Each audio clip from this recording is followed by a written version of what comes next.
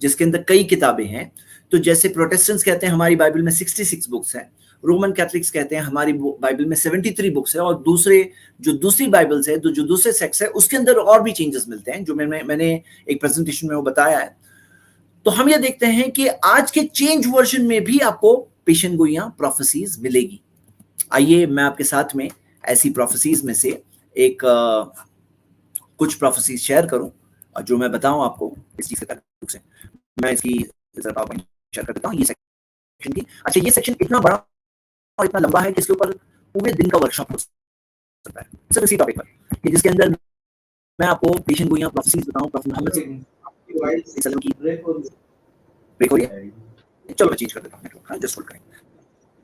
Actually میں ہوں سفر پر, لیکن میرا ایسا گول تھا کہ سفر پہ بھی میں اپنی اسٹریمز نہ مس کروں. تو اس نیٹ ورک میں نے کل کا اسٹریم تو کر لیا, الحمدللہ پرابلم نہیں ہوا. اسی جگہ سے آپ کی آواز بہت کٹ رہی ہے.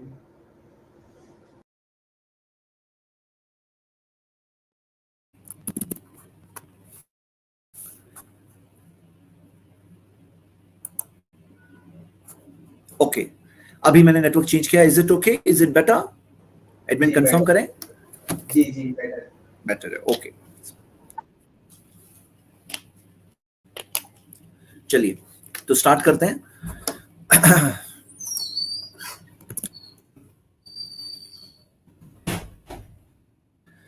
ہم یہ دیکھتے ہیں کہ مجھے پھر سے بتائیے اگر کوئی پرابلم ہوتا ہے تو بتائیے, آئی کین ریپیٹ انشاءاللہ. محمد صلی اللہ علیہ وسلم کے بارے میں آپ کو پیشن گوئیاں بائبل میں ملے گی, اور آپ کو اولڈ ٹیسٹمنٹ میں, نیو ٹیسٹمنٹ میں ایسی بہت ساری پیشن گوئیاں پروفیسیز ملے گی. اور میں وہ پروفیسیز میں سے کچھ آپ کے سامنے رکھ رہا ہوں. اور جیسے اگر آپ یہ دیکھیں, میں آپ کے سامنے یہ جسٹ 1 منٹ رکیں, مجھے ایک پاور پوائنٹ اوپن کرنا ہوگا.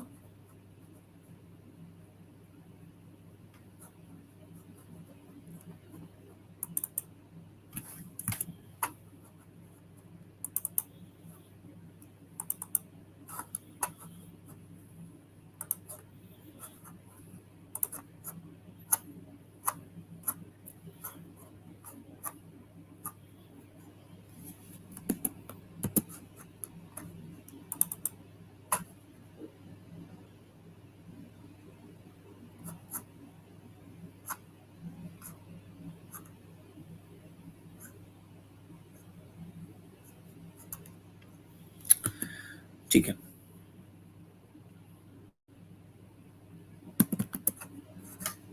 میں آپ کو صرف وہ ساری پیشن گوئیوں میں سے ایک پیشن گوئی بتا رہا ہوں, اور میں آپ کو بتانا چاہتا ہوں کہ یہ ٹاپک کتنا امیزنگ ہے اور کتنی ساری چیزیں اس میں موجود ہے. تو آئیے میں اپنے پاور پوائنٹ شیئر کروں. یہ دوسری پاور پوائنٹ ہے, میں اس میں سے ایک بتا رہا ہوں صرف ریزن آپ کو, اور میرا بتانے کا مقصد یہ ہے کہ آپ اسے ایز اے کیٹیگری کاؤنٹ کریں تاکہ میں آگے کے ریزنز میں آگے بڑھوں. دیکھیے, یہ ڈیوٹرانومی بائبل کے اندر چیپٹر 18 ورس 18, اس کے اندر کیا آتا ہے, یہ آپ ہیبرو ٹیکسٹ بھی دیکھ رہے ہیں اس کا, اور اس کا آپ انگلش ٹرانسلیشن بھی دیکھ رہے ہیں. I will raise them up a prophet, کہ گاڈ آف دا بائبل کا کہنا ہے کہ میں ان کے لیے ایک نبی, ایک پروفٹ کو بھیجوں گا, from among their brethren, ان کے رشتہ داروں میں سے, like unto thee, جو آپ کی طرح ہوگا. آپ کی طرح یعنی یہ بک ہے جو موزس کو دی گئی, یہ 5 books of Moses پینٹاٹیوش میں سے ایک ڈیوٹرانومی ہے. تو لائک انٹو دی میں کس سے بات ہو رہی ہے؟ موزس سے بات ہو رہی ہے, یعنی کہ موسیٰ علیہ السلام سے بات ہو رہی ہے. تو کہا جا رہا ہے کہ میں ان کے لیے ایک نبی بھیجوں گا ان کے رشتہ داروں میں سے, جو آپ کے جیسا ہوگا.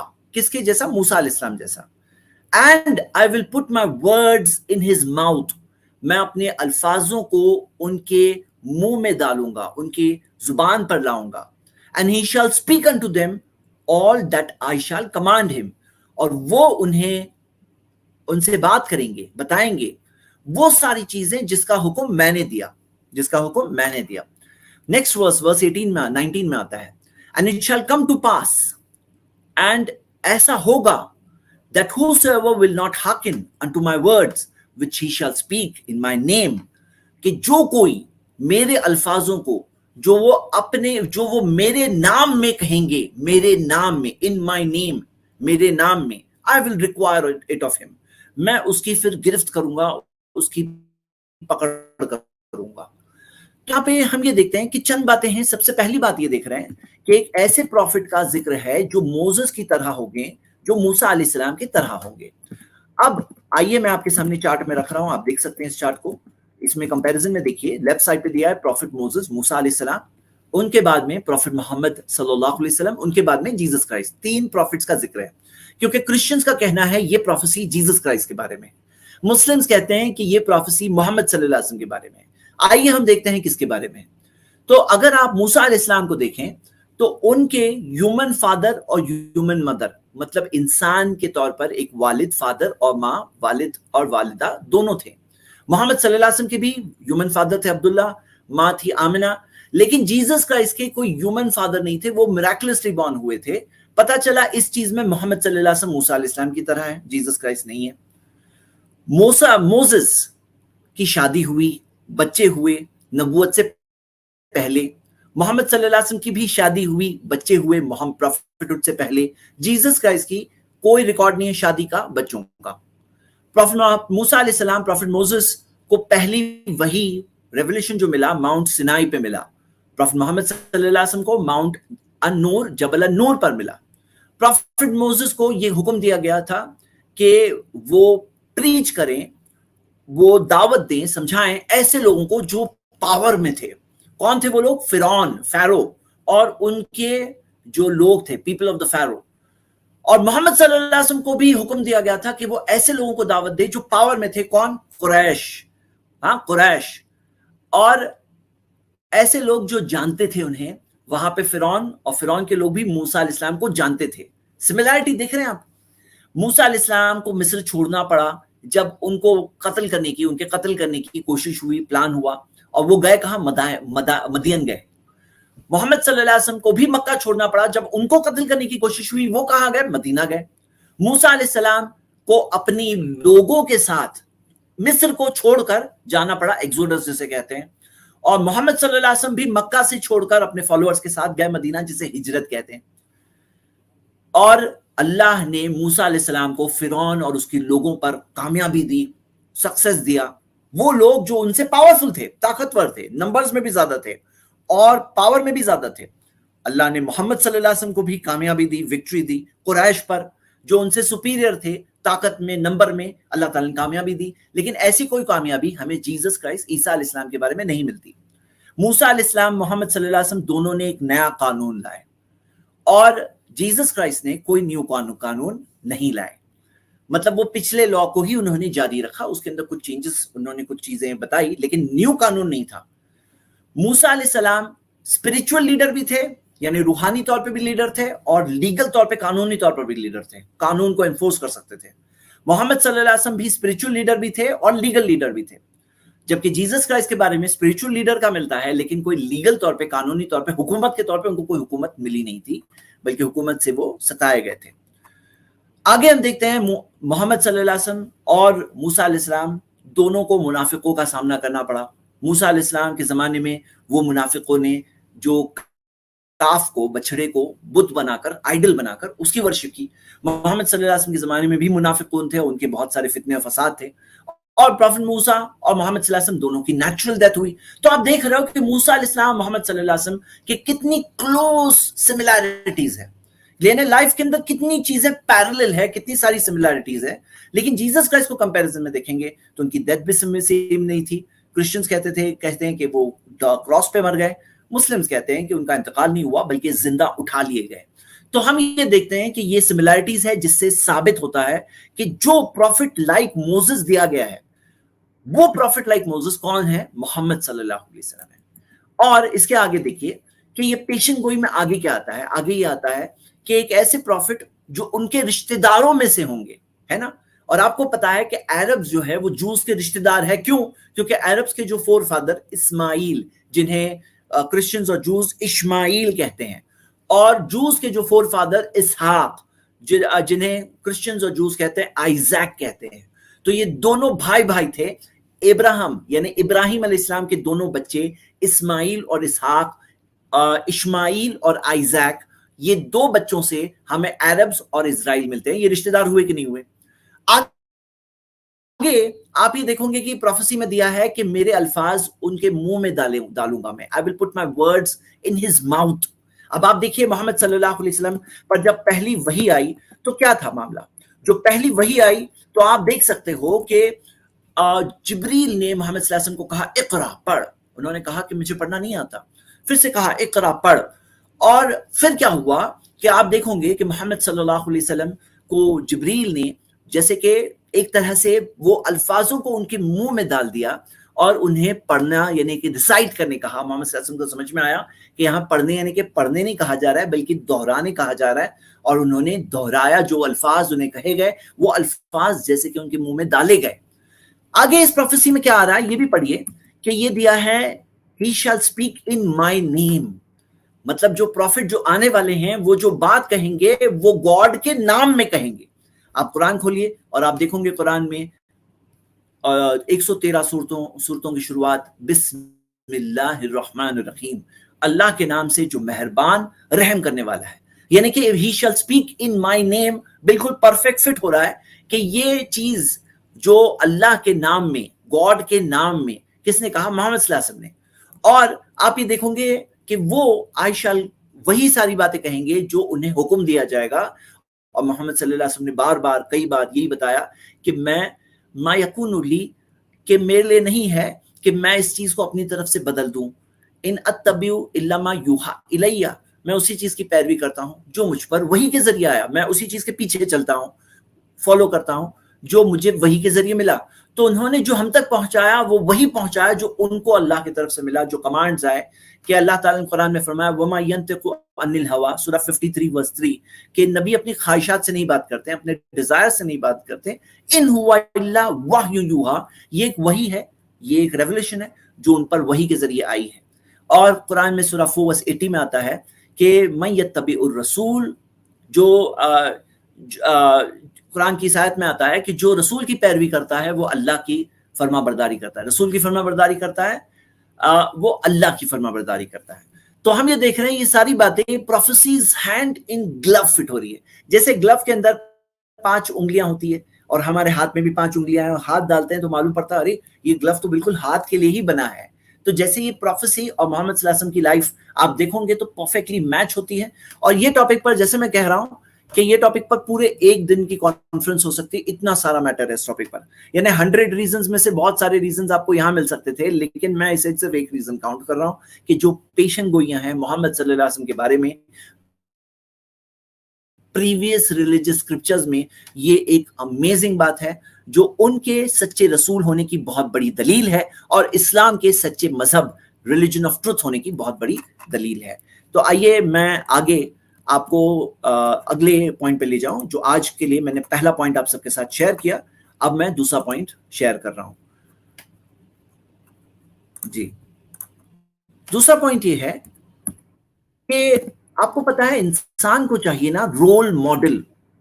رول ماڈل آپ یہ دیکھیں گے کہ رول ماڈل میں لوگ آبسینٹی کو پروموٹ کرتے ہیں. رول ماڈل یعنی جو لوگ ہوتے ہیں بے حیائی کو پروموٹ کرتے ہیں. میں آپ کو بولنا چاہتا ہوں, سنو, انسان کو ہے نا کوئی چاہیے جس کو وہ فالو کرے, اس کے جیسے بننے کی کوشش کرے.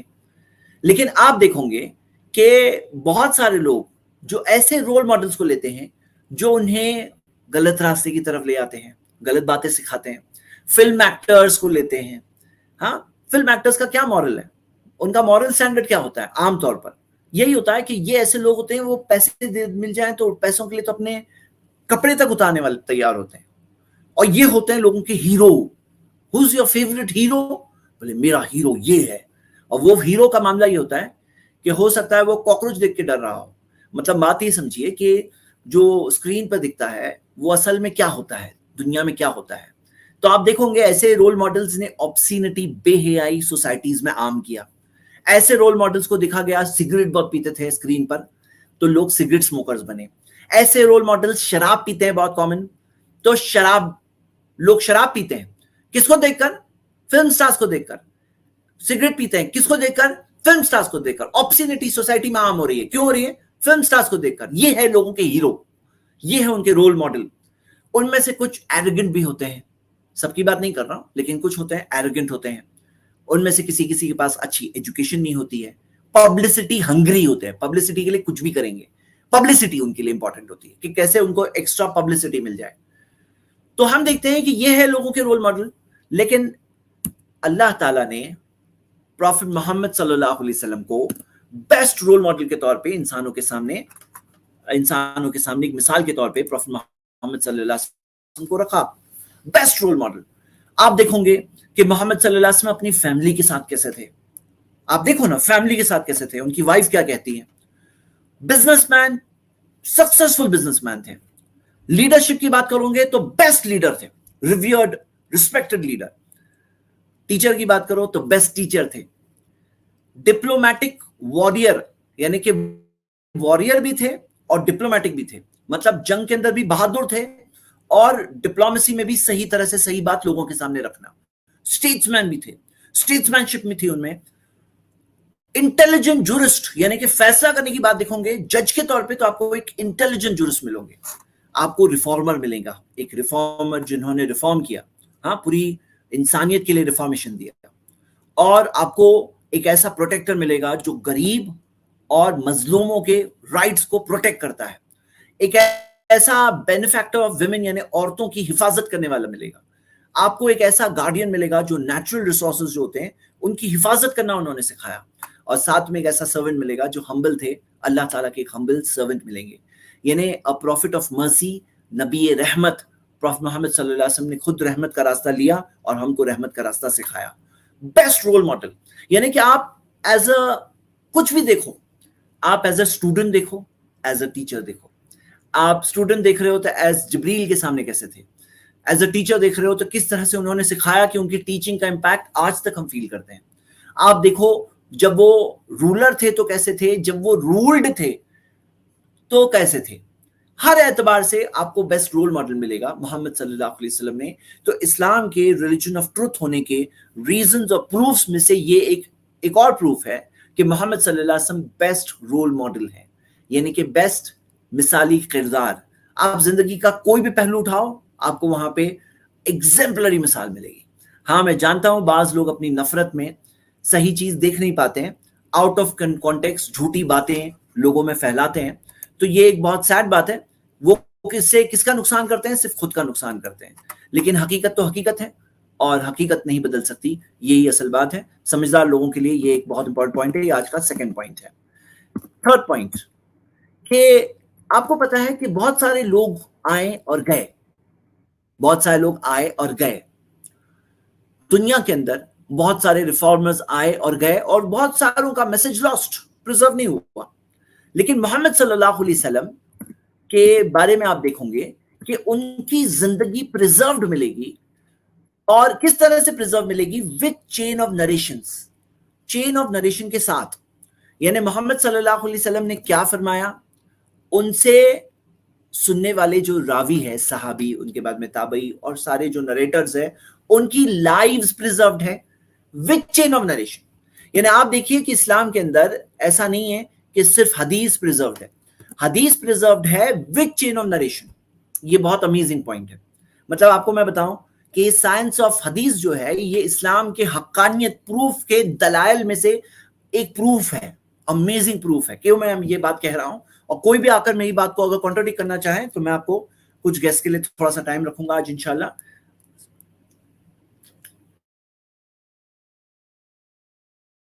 کہ محمد صلی اللہ علیہ وسلم نے جو کہا, فرمایا, اب صحابہ اکرام نے سنا, انہوں نے ان کے اسٹوڈنٹس کو سکھایا, اسٹوڈنٹس نے ان کے اسٹوڈنٹس کو سکھایا. تو ہم یہ دیکھتے ہیں یہ جو چیزیں ملتی ہے آپ کو صرف حدیث, یعنی انہوں نے کیا کہا نہیں ملتا ہے. یہ حدیث کو کس نے نریٹ کیا, انہوں نے کس سے سنا, انہوں نے کس سے سنا, یہ چین آف نریشن بھی ملتا ہے.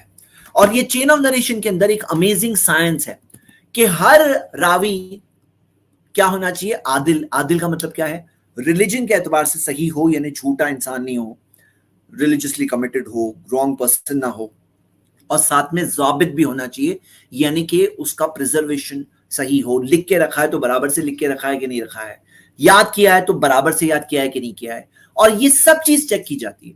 اور اس کے بعد ایک اور پریزرویشن کی چیز ہے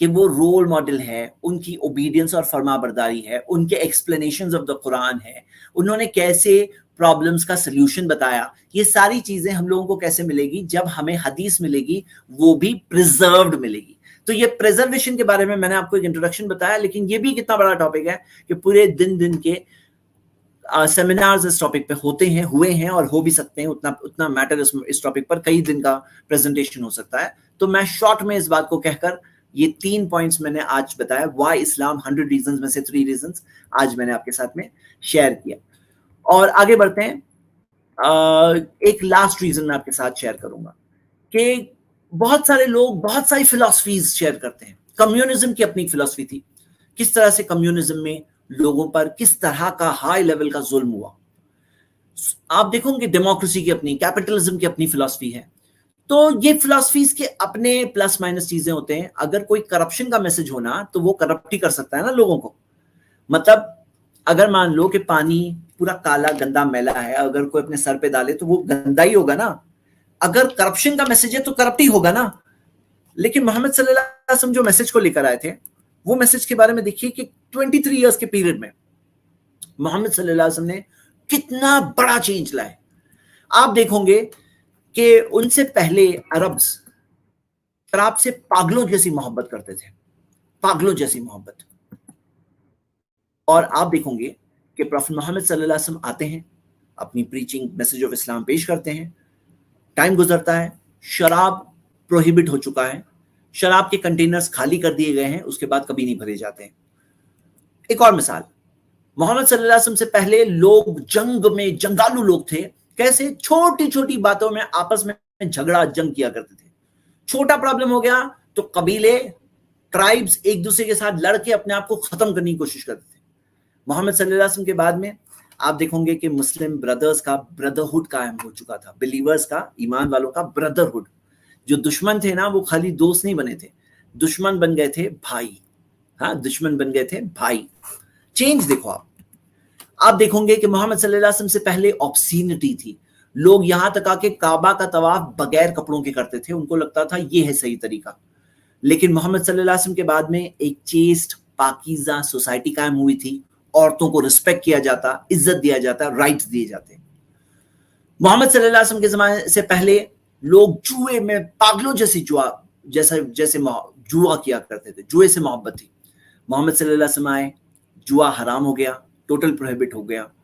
آپ دیکھ سکتے ہو محمد صلی اللہ علیہ وسلم سے پہلے ایک بچی پیدا ہوتی, اس کو کئی بار زندہ دفن کر دیا جاتا, کئی بار.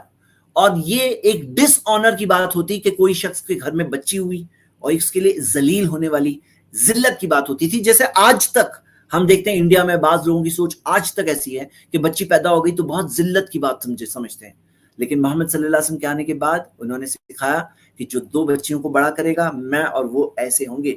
اور بچی اللہ کی دی ہوئی امانت ہے. اور بچی کے تعلق سے بار بار ہم دیکھتے ہیں کہ محمد صلی اللہ علیہ وسلم نے تاکید کی, قرآن میں باتیں سکھائی گئی کہ بچی پیدا ہو رہی ہے, لوگ خوشی منانے لگے. آج تک جو پریکٹسنگ مسلمز ہوتے ہیں نا, جب ان کے گھر میں بچی پیدا ہوتی ہے نا, خوشی مناتے ہیں کہ جنت جانے کا ایک اچھا ذریعہ میرے پاس آ گیا.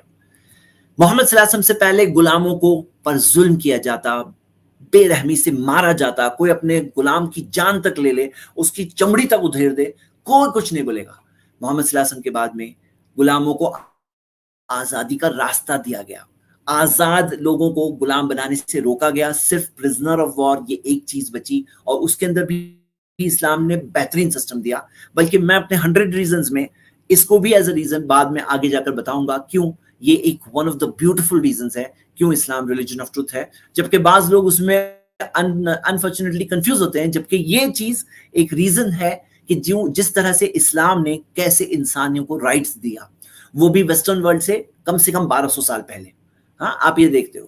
تو یہ اتنے سارے چینجز محمد صلی اللہ علیہ وسلم نے لائے. جب وہ آئے, ان سے پہلے سپرسٹیشنز, اندھ وشواس, لوگ اندھ وشواس میں جیتے تھے, کئی سارے ان کے بلائنڈ بلیفز ہوتے تھے. محمد صلی اللہ علیہ وسلم آئے, انہوں نے سکھایا کہ توکل, ٹرسٹ اللہ پہ ہو. اور یہ سپرسٹیشنز کی کوئی حیثیت نہیں ہے, کوئی حیثیت نہیں ہے. وہ سب چیزوں کو بریک کیا محمد صلی اللہ علیہ وسلم نے. اس کتنے وقت میں؟ تھوڑے سے وقت میں. اور یہ میں نے تھوڑی سی ایگزامپلز دیا. مائیکل ایچ ہارٹ کہتے ہیں, he was the only man in history who was supremely successful on both the religious and secular levels.